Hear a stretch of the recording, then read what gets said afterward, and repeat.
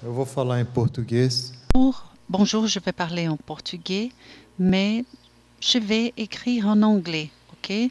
Je vais écrire peu de choses, mais je vais utiliser la langue anglaise pour écrire. Et là, j'aimerais vous parler de la normativité et les mathématiques en opposition au formel.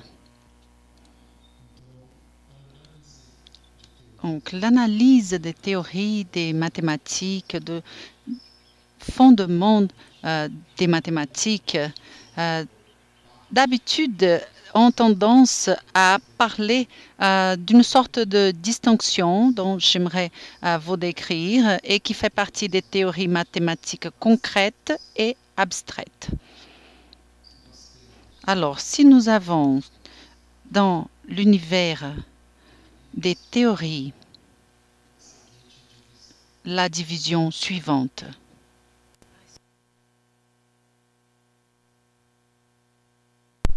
Nas teorias matemáticas. Voici donc les théories des mathématiques qui sont divisées en concrètes. Et nous avons des théories appelées abstraites.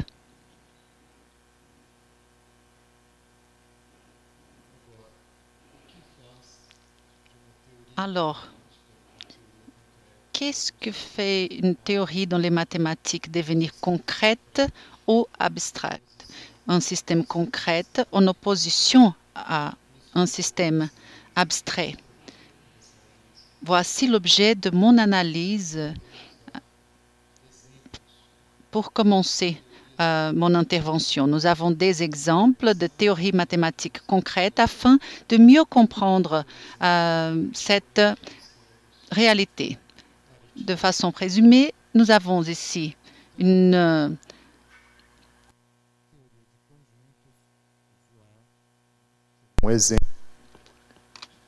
et un exemple de théorie mathématique concrète avec ses propositions, et en tant qu'exemple de théorie mathématique abstraite, nous avons donc les théories des ensembles.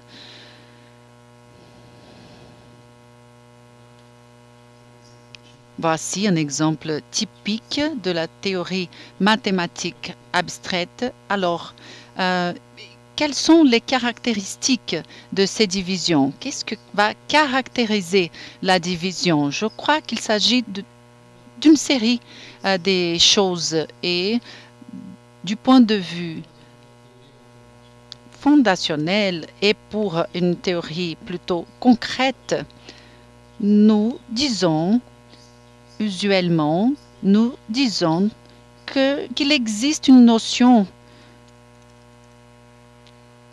de vérité.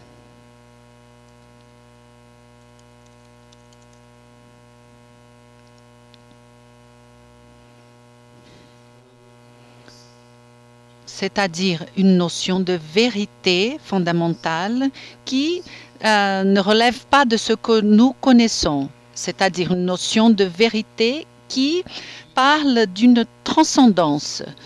Et dans ce cadre des théories mathématiques concrètes, nous avons quelque chose qui s'établit à partir de la problématique entre vérité et la démonstrabilité qui des fois ne coïncide pas.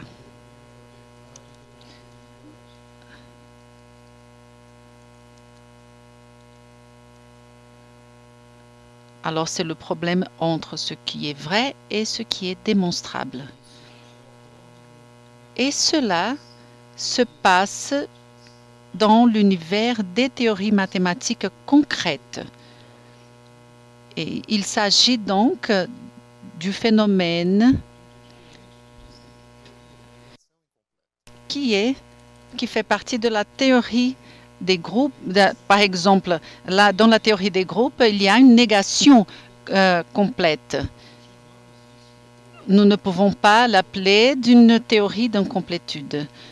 malgré le fait qu'il s'agit d'une négation complète, nous n'avons pas de problèmes comme un manque de lien entre sa façon d'être démonstrable ou non. Deuxième caractéristique qui peut être attribuée à cette théorie des mathématiques concrètes est l'occurrence des modèles standards.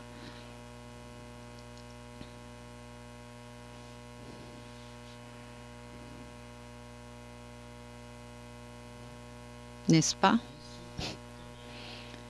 Voici encore une caractéristique typique de la théorie des mathématiques concrètes, c'est-à-dire un modèle qui possède une interprétation privilégiée. D'autre part, dans cet univers des théories mathématiques abstraites, nous n'avons pas une notion substantielle de vérité ou problème entre vérité et ce qui peut être démonstrable. Et là, dans ce cas, nous pouvons observer que vérité est également une démonstrabilité et toute forme d'interpréter un système formel abstrait se trouve dans un même niveau, dans une même échelle de valeur. Il n'y a pas d'interprétation privilégiée par rapport au reste. Et voici une caractéristique importante, supplémentaire. Il n'y a pas d'interprétation privilégiée.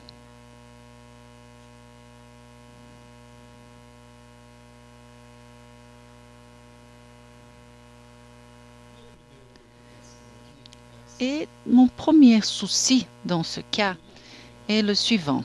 Alors, les théories mathématiques et systèmes formels font partie d'un même système de choses, sont formés par des langages, n'est-ce pas?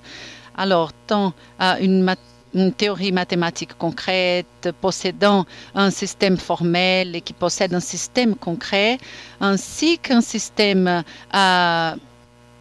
correspondant à la théorie mathématique abstraite sont des systèmes composés par des langages, n'est-ce pas? C'est un groupe de phrases. Bien sûr, phrases bien formées au niveau de la syntaxe. Donc, où se trouve la différence? À partir de ces prémices, puisque la nature intrinsèque du système formel de la théorie mathématique s'exprime par des langages, par la langue. Ici, nous trouvons le langage et de l'autre côté aussi. Alors, qu'est-ce qu'il y a de ce côté-là qui manque de l'autre côté? Sinon, autrement dit, lorsque nous parlons d'une théorie mathématique, si notre affirmation c'est que cette théorie est concrète, quelle est notre base? Alors, quel est notre engagement pour dire qu'il existe une notion substantielle de vérité, qu'il existe un manque de soi-disant mariage entre ce phénomène de la complétude dans le cas où que nous avons des modèles ou des interprétations privilégiées. Alors, quel est notre engagement à partir de l'affirmation de ces prémices? Voici la première réponse que j'aimerais vous apporter. Je crois qu'il s'agit d'une composante d'une théorie mathématique qui n'est pas formelle. C'est-à-dire, nous avons pour la théorie mathématique standard formelle, voici une théorie formelle, voici une autre théorie formelle. Alors, de ce point de vue, il s'agit de la même chose. Il n'y a pas de raison pour qu'il y ait une différence. Cette théorie formelle possède plusieurs interprétations ainsi que l'autre théorie à côté. Mais dans ce cas, nous disons qu'il existe une interprétation privilégiée par rapport au reste des interprétations. Et dans ce cas, non. Et quel est notre engagement? Pourquoi nous pouvons affirmer cela? cette composante avec laquelle nous nous engageons pour affirmer toutes ces prémices à partir de cette théorie, j'appelle de composante normative de cette mathématique qui ne se trouve que dans le cadre et dans le domaine de la description. Cela devrait être placé dans le domaine d'une prescription, car nous nous engageons à l'égard avec une prescription à partir d'une interprétation privilégiée et nous n'avons pas besoin de nous engager pour affirmer face à une interprétation privilégiée selon la vision que je possède. Alors, je vais plutôt me concentrer sur cette théorie des ensembles, puisqu'il existe d'autres intérêts autour, mais la même chose peut se faire pour l'arithmétique. Et puis dans ce cas-là, nous avons ces trois caractéristiques. Et pour cela, nous avons une notion substantielle de vérité pour l'arithmétique et là, dans ce cas, nous disons que la vérité arithmétique est la vérité concernant les nombres, les chiffres, et qui ne relève pas de nos connaissances au sujet des nombres. Dans le cas de l'arithmétique, nous avons également un problème de manque de mariage entre vérité et ce qui peut être démontré, puisque nous avons le phénomène de l'incomplétude. Et ici, nous parlons de théorème de l'incomplétude et dans ce cas-là, mais dans l'autre, non. Et dans le cas de l'arithmétique, nous avons également une interprétation privilégiée par rapport au reste, puisque nous connaissons que les éléments primitifs de l'arithmétique sont interprétés de manière usuelle, comme par exemple les opérations faites avec les chiffres que nous faisons depuis notre enfance. Et dans le cas de la théorie des ensembles, c'est quelque chose de similaire. Les théories de fondation sont plutôt des théories qui vont dans ce sens, mais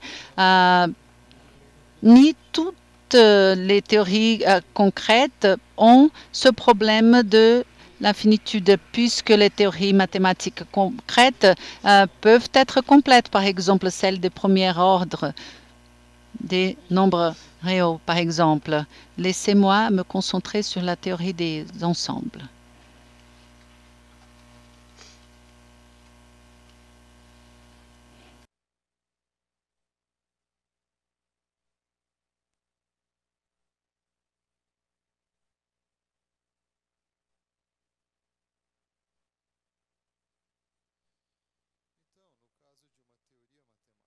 Dans le cas d'une théorie mathématique concrète pour un cas concret,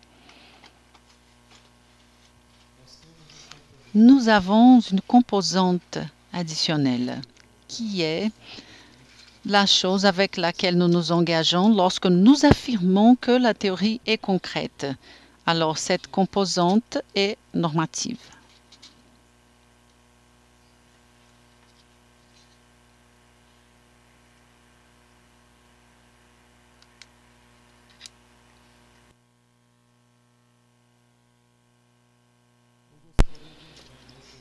Et j'aimerais rentrer dans le détail pour ce cas de la théorie des ensembles en vous donnant un exemple pour ce qui concerne la théorie ZFC. De façon présumée, là, dans ce cas, nous avons une théorie mathématique concrète. Nous avons donc une notion substantielle de vérité, car nous aimerions dire que nous avons une notion substantielle de vérité qui se traduit par une phrase qui est vue comme étant vraie, puisque nous avons la théorie des ensembles. Nous aimerions avoir une interprétation privilégiée, ou nous aimerions dire que nous avons une interprétation privilégiée, l'univers des ensembles. des groupes. Et dans ce cas, nous avons également la question de l'incomplétude, où vérité et démonstrabilité ne sont pas équivalentes. Donc, nous avons toutes les caractéristiques d'une théorie mathématique concrète. Mais qu'est-ce que nous avons derrière cette affirmation, ce jugement qu'il s'agit d'une théorie mathématique concrète? Avec quoi nous nous engageons en affirmant que nous avons cette interprétation privilégiée de la théorie des groupes? Nous disons que nous nous engageons avec la composante normative qui tout simplement passe par une liste des principes qui parlent de l'univers des ensembles au cas où nous disposons donc de cette liste. Dans mon cas, je dispose de la liste de principes qui peut être faite à partir et formulée de plusieurs façons ou modes. Je vais donc choisir le plus convenable à mon propos. Cette liste peut être donnée de la façon suivante. Tout d'abord, l'univers des ensembles est un univers non vide. Il y a quelqu'un donc dans cet univers des groupes. Deuxième principe, c'est que cet univers des ensembles, s'il existe un ensemble, c'est doit au fait qu'il existe quelqu'un dans cet univers. Je ne peux pas disposer d'un élément sans qu'il n'existe pas dans cet univers des ensembles. L'élément d'un ensemble est une sorte d'obstruction pour l'existence de cet ensemble dans cet univers de l'ensemble. Si je ne dispose pas d'un univers ainsi que des éléments, je ne peux pas avoir un ensemble. Si je ne dispose pas d'éléments pour cet ensemble, je ne peux pas disposer d'un ensemble. Donc, V est fermé par appartenance ou pour prendre des éléments.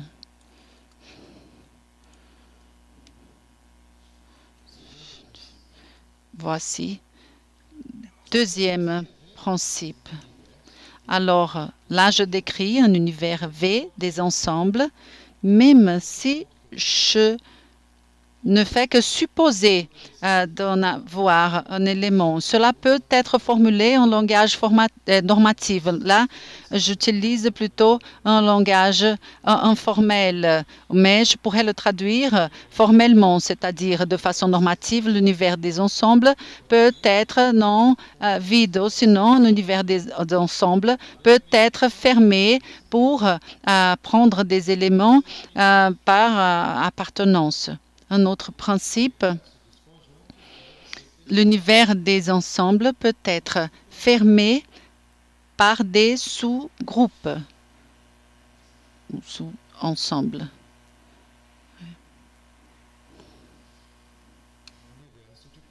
L'univers des ensembles doit être fermé dans le cas où il prend des sous-ensembles,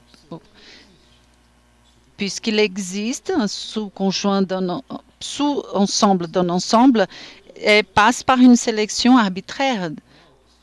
Il n'y a pas d'obstruction, de contrainte dans ce cas. Pour qu'un ensemble existe, ces sous-ensembles doivent également exister.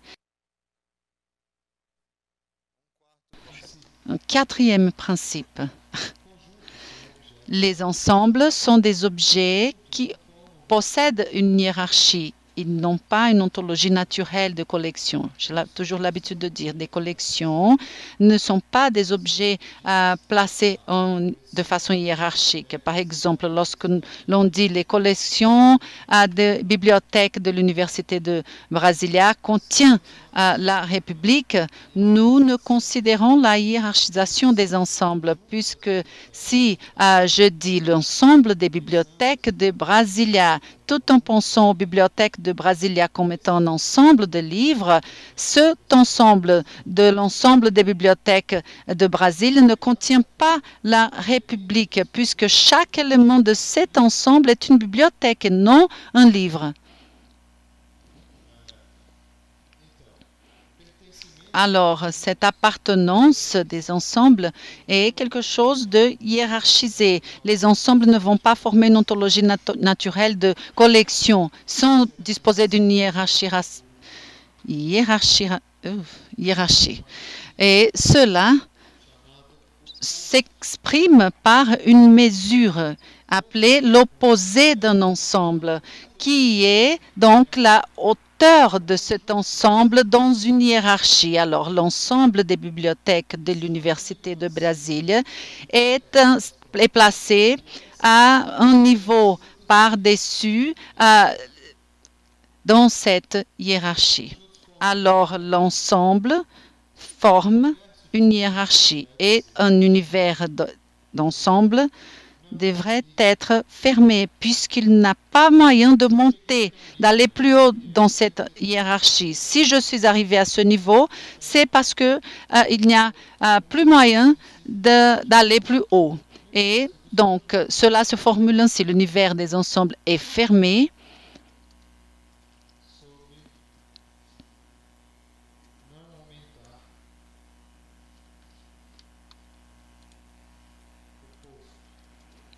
Puisqu'il ne peut pas avoir quelqu'un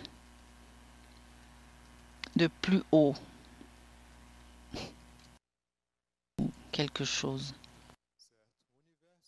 Alors, l'univers des ensembles devrait être fermé pour des opérations qui n'ont pas moyen de rendre l'auteur ou le poste dans cette hiérarchie. Il y a d'autres principes.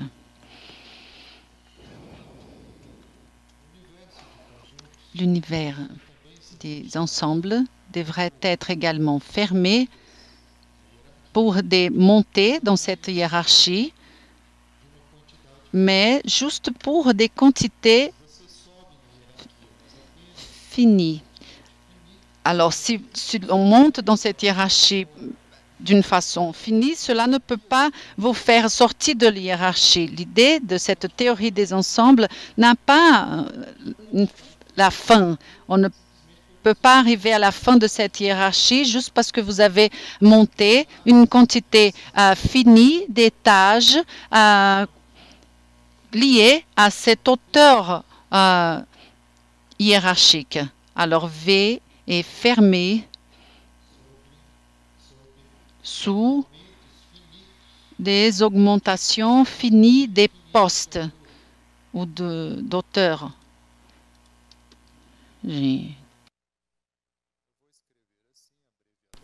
Donc, je vais essayer d'écrire de façon abrégée.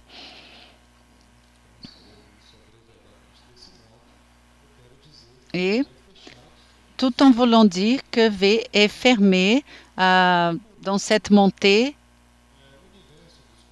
finie, dans une hiérarchie. Et par conséquent, cet univers devrait être fermé non seulement pour des montées finies de postes, d'auteurs, d'étages dans cette hiérarchie, mais aussi pour toutes sortes de montées imaginables à l'intérieur de l'univers pour ce qui concerne ces postes, toutes sortes de postes qui peuvent devenir concrètes à l'intérieur de l'univers. En langage technique, nous disons que la cofinalité de l'univers ne peut pas être un ensemble de l'univers. Et nous disons que V est fermé simplement sous montée pour une montée de poste.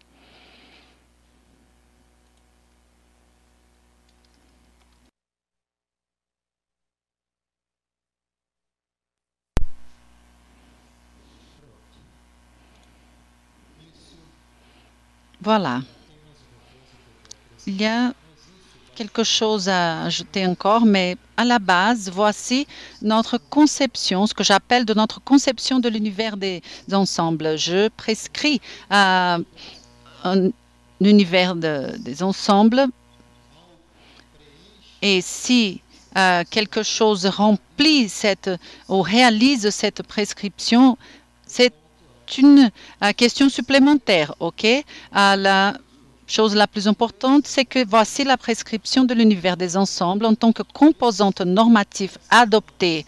Voici une liste d'engagements adoptés par nous lorsque nous affirmons que la théorie des ensembles est une théorie concrète.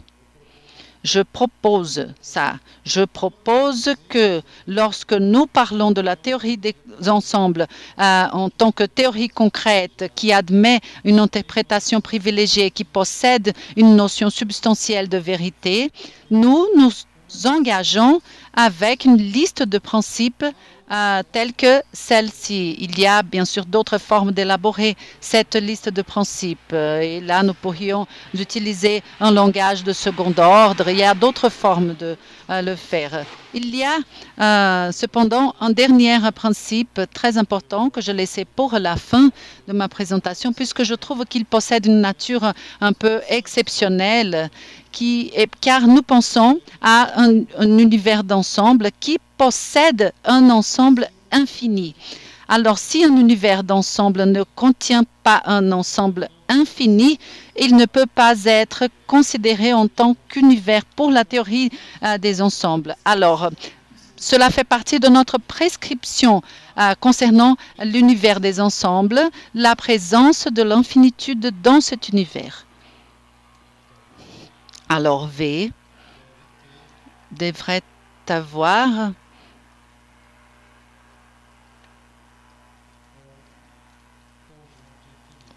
contenir un ensemble infini.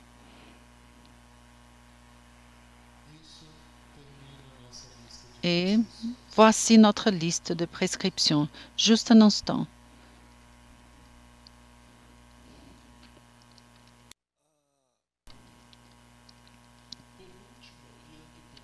L'avant-dernière et avant-avant-dernière prescription n'ont pas une relation de contingence et il faut qu'elles soient décrites de façon séparée. Cette liste n'est pas indépendante, elle n'a pas cette prétention d'être indépendante. Il y a des redondances et cela j'ai fait même exprès. Voici une liste qui vise à établir une évolution graduelle de l'univers des ensembles. C'est une caractérisation graduelle de ce que nous avons concernant l'univers des ensembles. Il ne s'agit pas d'une liste qui n'a pas de répétition. Là, je parle de façon informelle. Bien sûr que je peux la décrire de façon plutôt formelle afin de prouver à partir d'un certain système que cette liste caractérise l'univers des ensembles. Mais là, j'aimerais juste vous indiquer comment nous pouvons le faire car c'est important pour mon intervention. Je vais effacer ici pour vous écrire la liste maintenant en langage formel.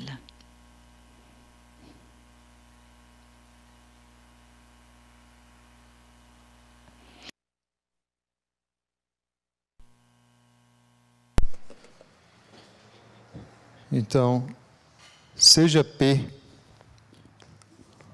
símbolo de prédicat. Soit P un symbole de prédicat, de propriété. Nous rajoutons P à la théorie des ensembles, ZFC, sans rajouter des axiomes non logiques. Donc, ce rajout peut être appelé de ZFCP.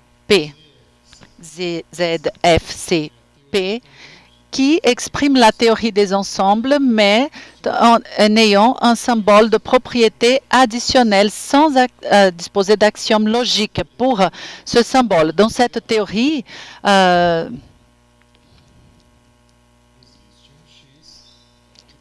comme s'il existe un X, Px. Disons que j'aimerais dire que P a pour extension l'univers des ensembles. Dire que P a pour extension l'univers des ensembles, c'est affirmer que pour toute X, Px.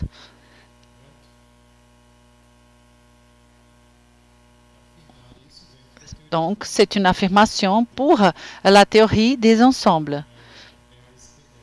C'est-à-dire P a pour extension l'univers.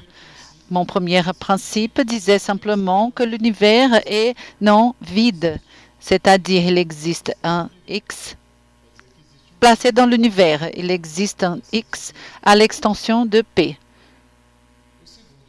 Deuxième principe disait que P devrait être fermé, car si P envisage être un univers appartenant à l'univers des ensembles, P devrait être fermé puisqu'il prend des éléments. P devrait être fermé par appartenance. Et nous exprimons cela ainsi, en langage formel.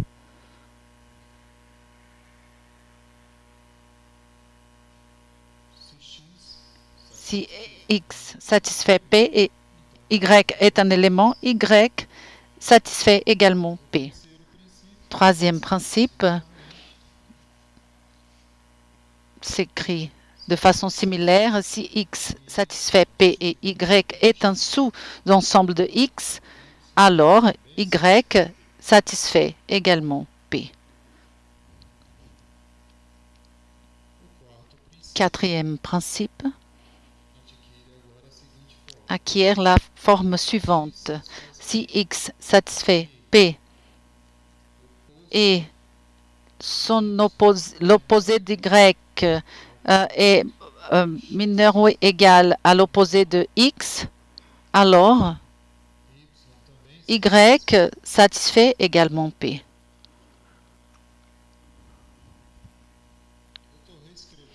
Je suis en train de réécrire ce que j'avais écrit en langage humain, en langage formel. Cinquième principe dit que si X satisfait P et s'il existe un N naturel, un nombre fini,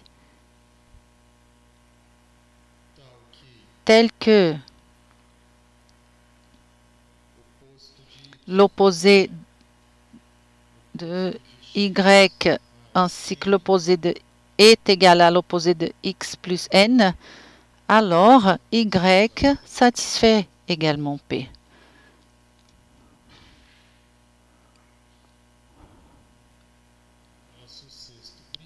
Notre sixième principe, c'est que si X satisfait P et il existe un ordinal tel que l'opposé de Y est l'opposé de X plus cet ordinal, alors Y satisfait P. Une autre façon de dire cela, c'est que si X satisfait P et l'opposé de Y est simplement plus ou égal à X, alors Y satisfait également P. Je peux réécrire dans un langage plus simple. Laissez-moi le faire.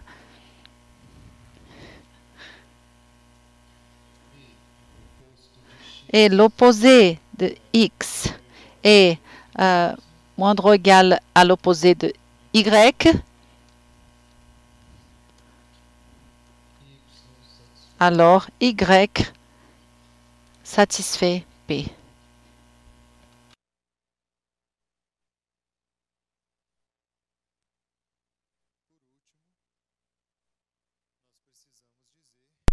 Et pour finir, nous pouvons dire qu'il existe un ensemble infini dans l'extension de P. Et cela peut être dit ainsi. Il y a un ensemble infini du genre oméga. Et nous pouvons donc dire, comme il a été formulé en langage naturel, il existe un ensemble infini qui se trouve dans l'extension de P.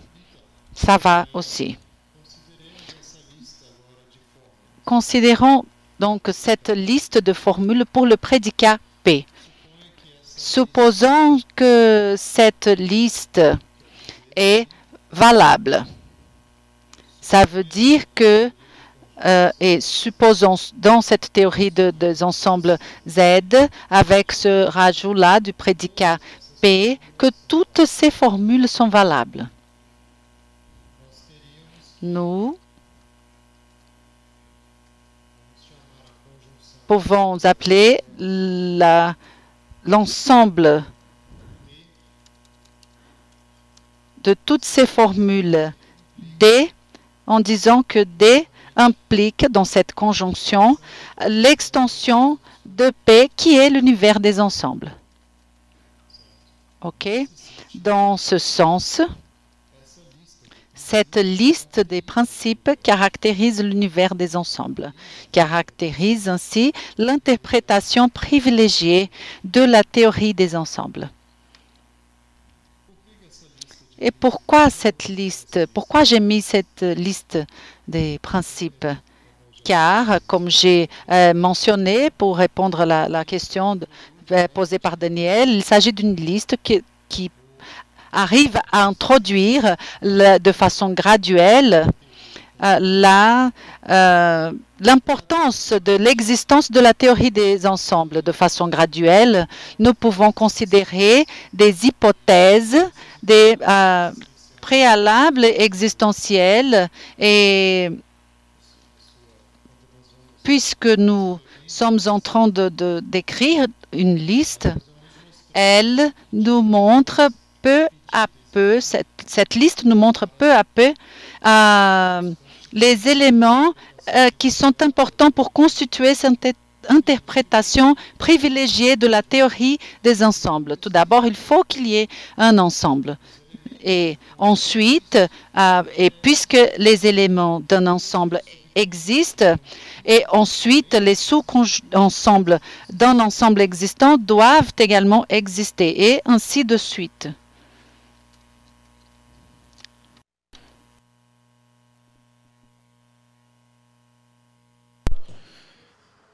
Sim. Primeiro. Bon, tout d'abord, il y a quelqu'un dans l'extension de P qui satisfait. En utilisant, par exemple, ce principe-là, tout le monde qui est en dessous de ce quelqu'un,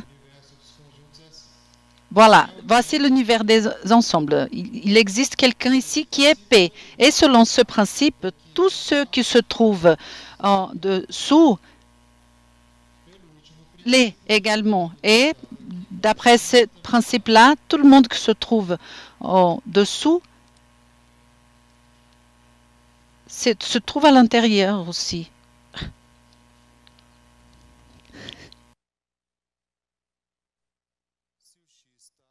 Et si le X se trouve dans l'extension de P, tout le monde qui est en dessous de lui se trouve également.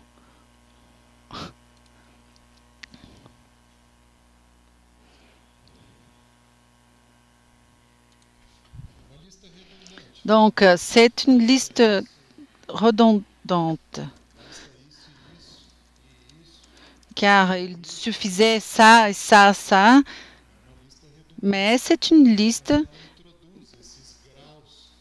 redondante qui introduit quelques degrés de demandes existentielles desquelles j'aimerais parler maintenant. À partir de ce que je propose avec cette liste, c'est quelque chose de ce genre-là que nous adoptons lorsque nous adoptons la théorie des ensembles, qui est une théorie concrète possédant une interprétation privilégiée. Alors, cette composante est normative et il n'est pas trouvable dans le système informel. Il va au-delà de l'informel, il va vers le formel. Mais je ne veux pas parler à propos de l'aspect philosophique de cette composante normative des mathématiques. J'aimerais juste explorer quelques conséquences issues de cette liste en vous expliquant la théorie des ensembles et son envergure. Donc, la théorie des ensembles est une théorie articulée autour de la notion d'existence. Il s'agit d'une théorie existentielle, disons ainsi. Et non seulement à cause des principes ici présentés, car les axiomes de la théorie des ensembles sont des axiomes existentiels qui disent que l'union des ensembles existe ou que l'ensemble des parties d'un ensemble donné existe, ou qu'un sous-conjoint ensemble défini existe également, aussi un ensemble infini existe. Alors, il s'agit d'une théorie articulée autour de la théorie de l'existence.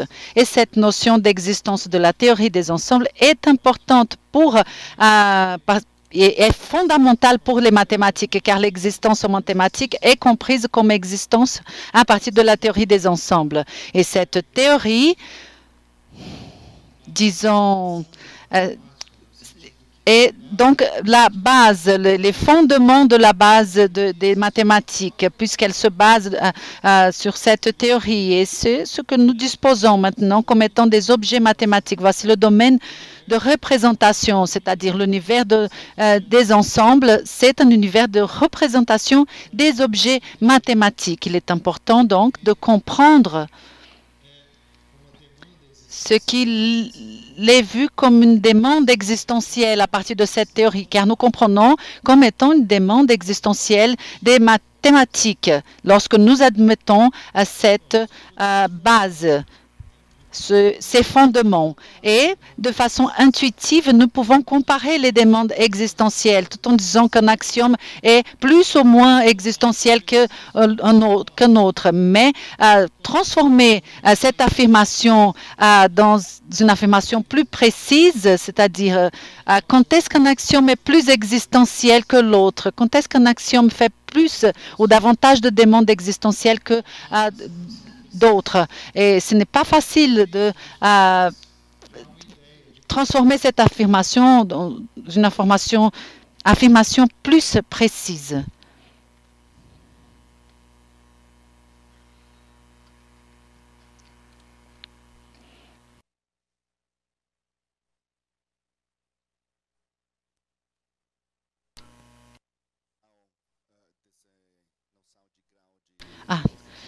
Alors, quelle est cette notion de degré? C'est la qualité de la demande d'extension? Non. La notion de degré de demande existentielle se trouve exactement liée à ces notions concernant l'univers des ensembles, puisque cette notion de la théorie des ensembles est plus existentielle, est plutôt existentielle quand elle a davantage de notions de fermeture à partir des demandes faites. Alors, quelles sont les choses demandées de la part de l'univers des ensembles pour que cela puisse exister? Tout d'abord, l'existence d'un ensemble. Mais prenons l'axiome de la séparation qui dit qu'un ensemble donné possédant une formule possède un autre ensemble obtenu de l'ensemble initial par la séparation des éléments qui peuvent satisfaire à la forme. satisfaire la forme. Alors, quel genre de fermeture de l'univers est demandé pour que cela soit valable? Cela suppose la demande d'avoir une fermeture. Alors, nous pouvons, et il ne suffit pas de le demander que ça ou ça. Alors, nous pouvons ainsi faire une hiérarchie des demandes existentielles de la façon suivante. Tout d'abord, nous pouvons demander que l'univers soit tout simplement non vide. Deuxièmement, nous demandons qu'en plus d'être non vide, il soit transitif. Troisièmement, nous demandons qu'en plus d'être non vide et transitif, nous demandons qu'il soit super transitif. C'est le nom de cette propriété.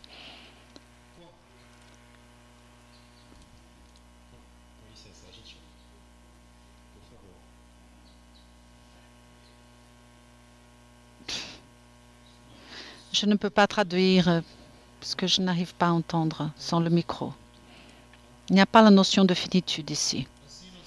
Dans ce cas, nous avons donc de façon graduelle les demandes existentielles. Cela peut être parlé de façon plus précise.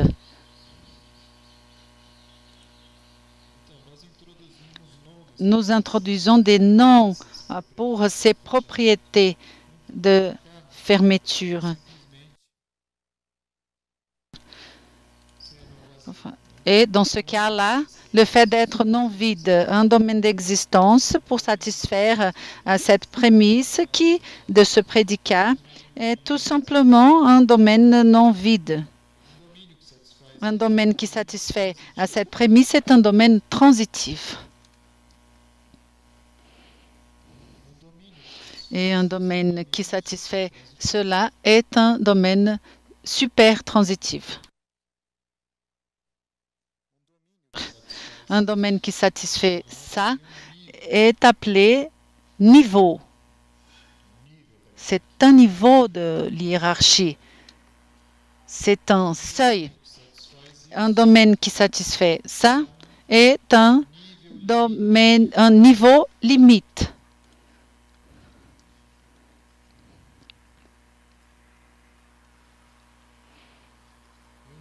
Et un domaine qui satisfait tout cela jusqu'ici est tout simplement l'univers, tel que nous avons vu. Alors, il y a encore cela qui reste séparé puisqu'il est lié à cela. Il s'agit d'une existence catégorique qui dit qu'il y a quelqu'un, point barre. Et ces restes des principes ne disent pas qu'il y a quelqu'un. Et ils ne disent pas qu'il y a quelqu'un dans l'extension de P. Ils disent que s'il y a quelqu'un et un autre ensemble satisfait une certaine condition, cet autre ensemble, il l'est également. Alors, ce principe, celui-ci, sont catégoriques ou inconditionnels. Ils disent qu'il y a quelqu'un là-bas et point barre. Voici les degrés de demande existentielle. Nous affirmons qu'une sentence, une proposition quelconque dans la théorie des ensembles admet le degré 0 si elle requiert d'univers qu'il soit non vide pour qu'elle soit signifiée. Donc l'axiome du vide est ainsi. L'axiome de la fondation est ainsi également. Nous disons qu'une proposition acquiert un degré 1 au niveau existentiel lorsqu'elle requiert de l'univers qu'elle soit transitive. Et cela peut devenir précis facilement. Il faut juste dire qu'une sentence requiert de l'univers seulement qu'il soit transitive, si et seulement si cette proposition est satisfaite dans n'importe quel domaine transitif du vide. Alors, elle requiert seulement cela de la part de l'univers pour qu'elle soit valable. Si elle est valable n'importe quelle transitive non vide, elle requiert que l'univers soit non vide et transitif. L'axiome de l'extensionnalité est comme ça. L'axiome requiert seulement la transitivité de l'univers pour qu'il soit valable. Alors, nous avons notre degré 2 au niveau existentiel. Degré 0, 1 et degré 2, c'est cet ensemble-là. L'affirmation. Alors, nous disons qu'une proposition admet le degré 2 au niveau existentiel si elle requiert que l'univers soit non vide, transitive et super transitive pour qu'elle soit satisfaite. Et nous pouvons préciser davantage de façon triviale, c'est-à-dire une proposition admet degré 2 seulement si elle est menée à n'importe quel domaine non vide, transitive, super transitive. Et ainsi de suite. Nous pouvons obtenir des hiérarchies concernant le degré qui peut être enrichi de façon à former un semi-réticulé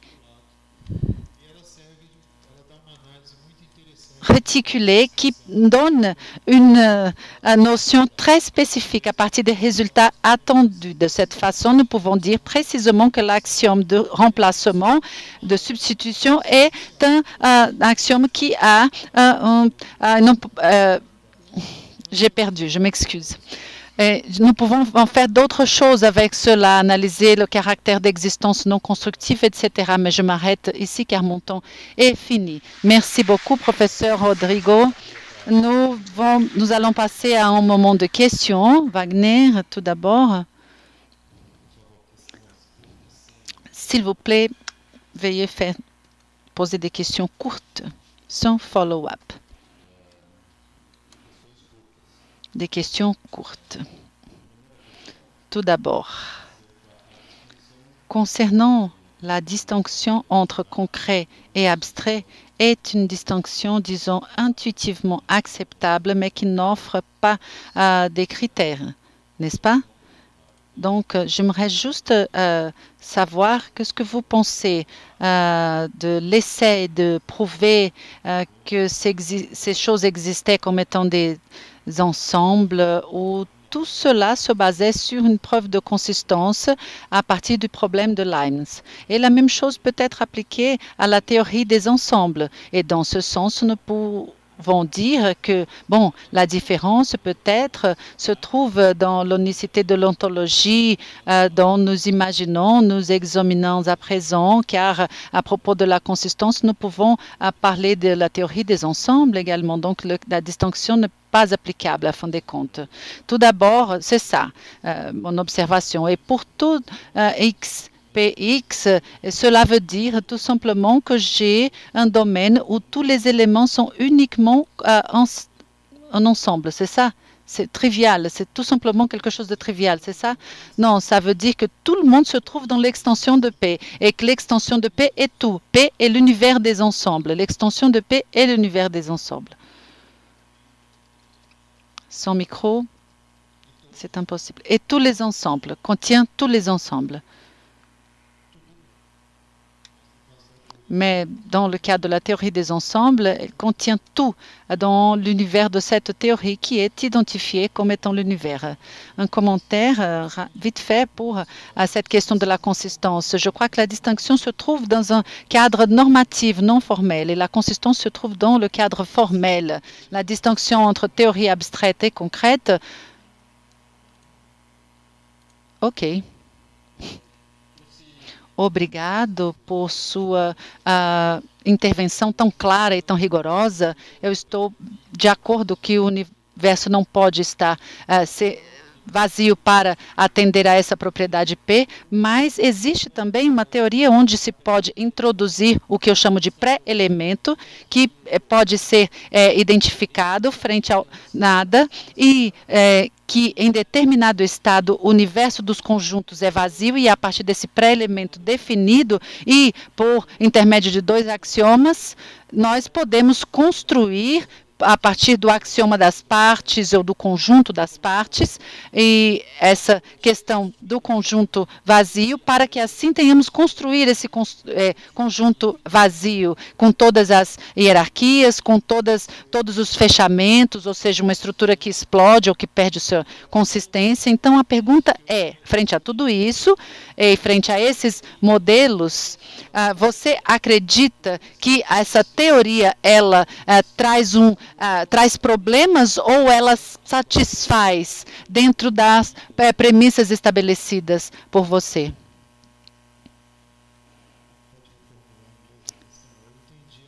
Vous pouvez reformuler votre question en anglais. J'ai compris un peu, mais je crois qu'il faut penser à cette question du vide et si nous pouvons introduire un élément en dessous du vide dans l'hiérarchie, mais je n'ai pas vraiment saisi votre question. Pourriez-vous la...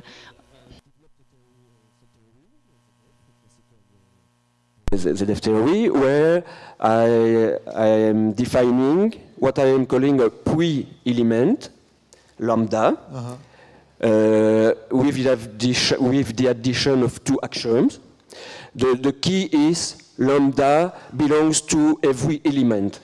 So every element of the set theory is a set, but lambda, this is the special side of my approach. It's a pre-element, it's not a set, and it is defined in such a way that it is distinct from the empty set.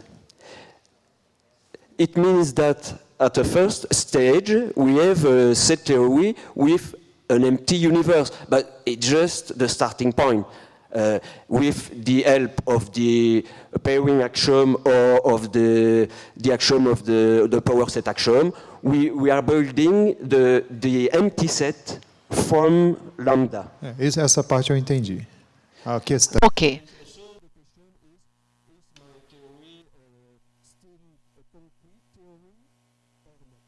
Because of this special introduction. Sim, se sua teoria tem a pretensão. Si votre théorie prétend à parler d'une interprétation privilégiée, c'est-à-dire l'univers des ensembles plus le rien, c'est ça? Voici la dénotation de lambda. L'univers des ensembles plus le rien. Oui, votre théorie serait concrète.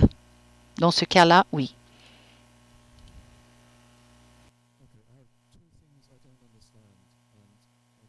Help me. The first thing, I don't understand why you call these principles normative, because they seem to me to be purely descriptive. There's no normative language in them. Okay. Yeah. The second question may be connected, so I'll give them both to you. I don't understand what this predicate P is supposed to be doing, because everything you've written on the board would be true if you interpret P as self-identity. P of Y is Y. Yeah. So it's not, I mean, it's not characterizing any very interesting predicate. So I don't really understand what it's supposed to be doing there. Yeah. First of all, these principles are formulated in a descriptive language, but the normativity is on the semantic role it plays. They play. They could be reformulated in a normative language. That's no problem. I use the descriptive language just for abbreviation. What norms are they enforcing? What norms are they enforcing? They are enforcing for a universe of set, for anything to claim to be a universe of set, it must be in conformity with these principles. Okay. Right? You could do exactly the same for groups. No. You could you list the axioms of group theory, and anything that is a set has to be characterized by. So I don't see why there's a distinction between the concrete and the abstract in that case. Because in this case, there is a single interpretation. In the case of groups. But what's worrying me is why there's supposed to be a normative difference between, say, this and the axioms of group theory. They are. we have the axioms of ZFC. These principles are not eliminating the axioms, right? They are parallel to the axioms. They are picking up the standard interpretation of the theory. That's a way to see what they are doing. They are picking up the standard interpretation. They are saying what is the standard for the interpretation. And that's normative. That's a normative word, standard model, right? They are picking up one standard interpretation, the universe of all sets. If set theory has a model, it has many models, countable models, non-standard models of all type. But these principles are enforcing the interpretation to be the universe of set. P is just a class variable, if you want to understand it. I want to codify the introduction of a class variable in ZFC. One way of doing this is to use a predicate symbol, a symbol of property. The corresponding class is the extension of this property. So it is codifying a class variable, just that. So I can formulate now statements with a class variable. And this is the statement, this class variable is V, right?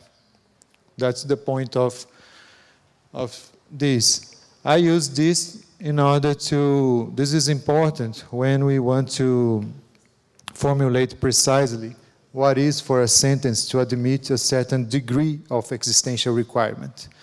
A sentence admits degree 2 of existential requirement, for example, when it is satisfied by any class satisfying this. So I need a class variable to state that. And my class variable is the extension of P. Okay, we have Jean-Michel, other questions? Okay. So I ask the question in English to make things quicker between us.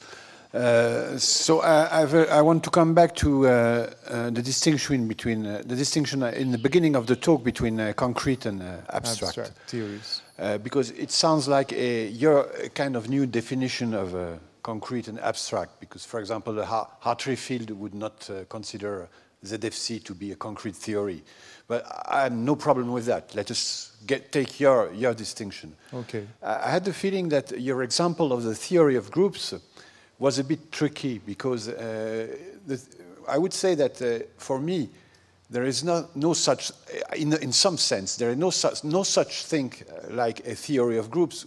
Groups is rather a predicate in set theory defining a class of objects. But it happens that in the case of groups, it's also a first-order theory. Yeah.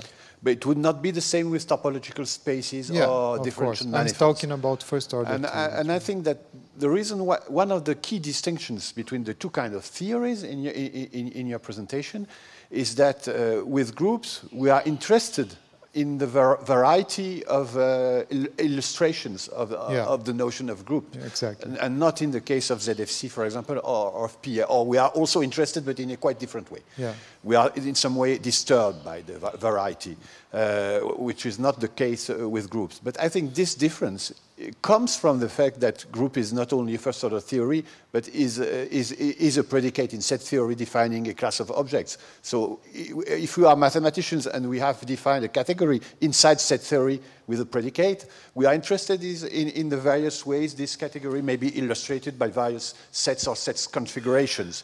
So I would say that for me, this distinction you make is simply a distinction between things which may be first-order theory, but in a contingent way, and are really predicates inside set theory defining interesting objects, and other theories which are first-order theory, but which carry the burden of being foundational. And that's why we are perturbated by their various illustrations.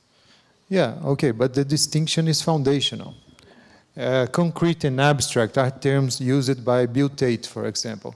Other authors use other terms which are also problematic. For example, Schoenfeld uses classical and modern for concrete and abstract. And this is a very bad choice of words in that case, right? Classical theories and modern theories, because classical theories have many other meanings, right?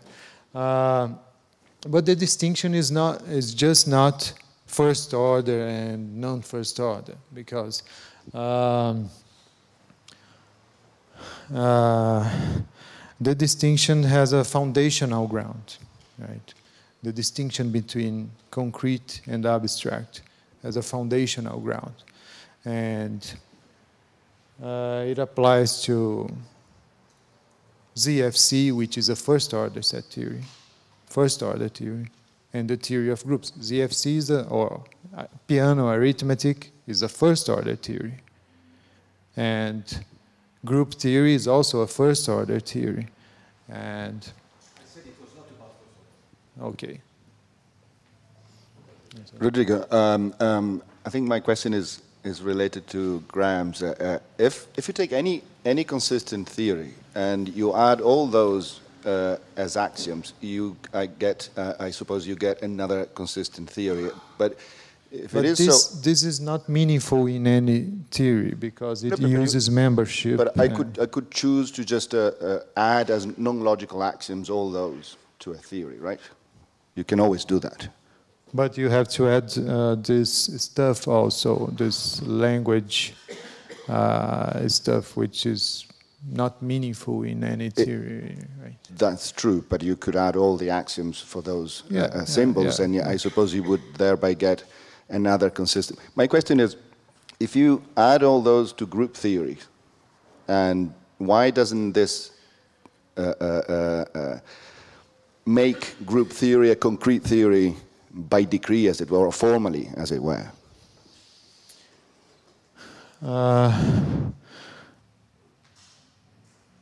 This will just change group theory into another thing. Why isn't that thing? I'm sorry. But why wouldn't that thing be a concrete theory by decree? A strange concrete theory. But let me try to reformulate this. We could set some principles, a list of principles for group theory. Just picking some standard group to be, that's our standard group. Group theory is about some standard group. Let us say the integers. Group theory is about the integers. We have a set of principles that characterize the integers. So we have now this, the formal theory of groups, and this list of principles which says what is to be a standard group. What it is to be a standard group? Well, it is to be isomorphic to the integers in the end. Now, group theory is a concrete. This group theory, this strange thing, which is a group theory about some standard group, this is a concrete theory. But that's not the use. We cannot choose what theories are concrete and abstract. This is instituted in the practice of mathematics, right? And group theory is not instituted in the practice of mathematics as a concrete theory, right? It's a theory about many things, all things that satisfies the... The point is, you could do exactly what you've done on the board, replacing the axioms of ZFC with the axioms of group theory, okay? So it will prove nothing. This. For ZFC that would achieve a group theory. No, because adding this to group theory is basically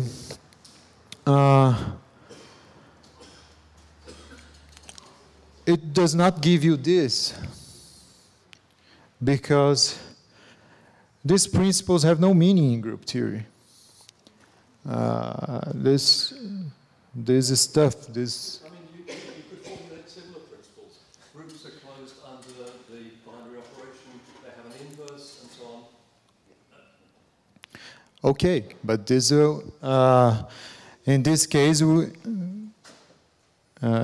would say that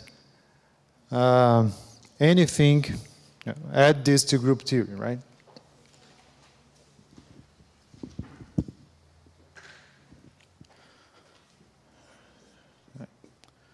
So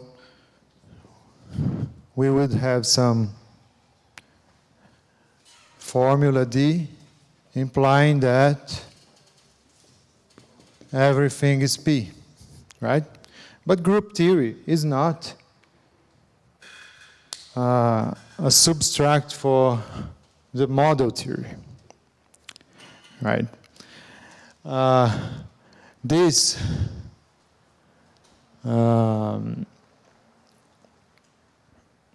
The models of group theory are not extensions of predicates inside group theory. They are extensions of predicates in set theory. So set theory has a dubious role here.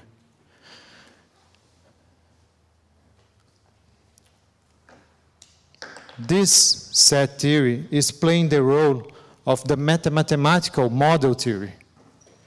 And it is saying that the unique model of set theory, the object theory here, is a meta theory.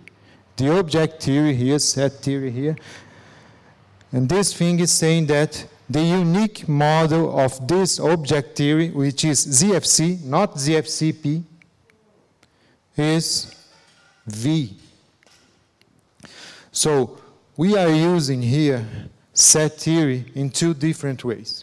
We are analyzing it as a concrete mathematical theory, and we are using it as model theory for analyzing mathematical theories.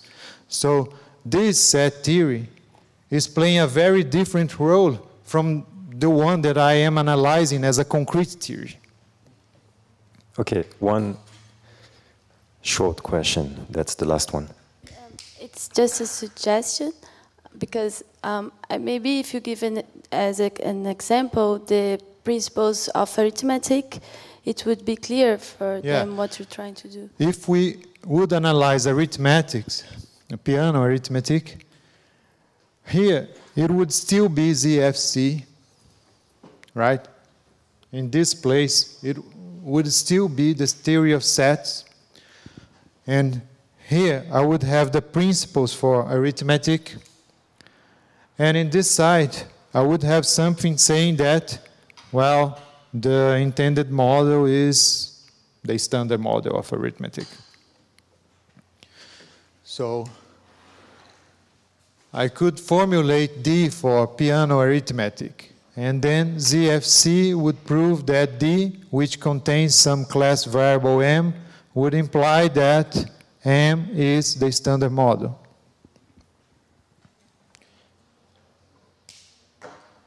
In set theory, I have the same thing here for ZFC, right?